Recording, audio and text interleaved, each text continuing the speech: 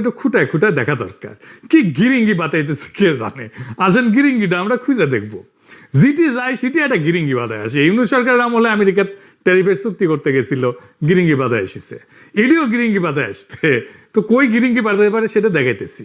9টা পয়েন্টের মধ্যে যে খ পয়েন্টটা পড়ে শোনায়, transmission line of 765 kV of Katihar Parbatipur Baranagar. মানে হইতেছে ভারতের বিহারের কাটিহার থেকে বাংলাদেশের পার্বতীপুর হয়ে আসামের বরানগর পর্যন্ত একটা 765 কিলো ভোল্টের সঞ্চালন লাইন ইন্ডিয়া বানাবে, সবচেয়ে হাই ভোল্টের, কিন্তু ভেরি হাই ভোল্টেজ। নামগুলো আছে না, লাগতেছে ম্যাপে দেখাই। কটিহার হইতেছে ইন্ডিয়ার বিহারে, আমাদের পশ্চিমে, পার্বতীপুর আমাদের দিনাজপুরে, আমাদের নিজেদের ঘরে, বরানগর হইতেছে ভারতের আসামে, আমাদের পূবে। তো এডিটে সেভাবে লাইনটা টেনে দেখান, ভারত থেকে বাইরে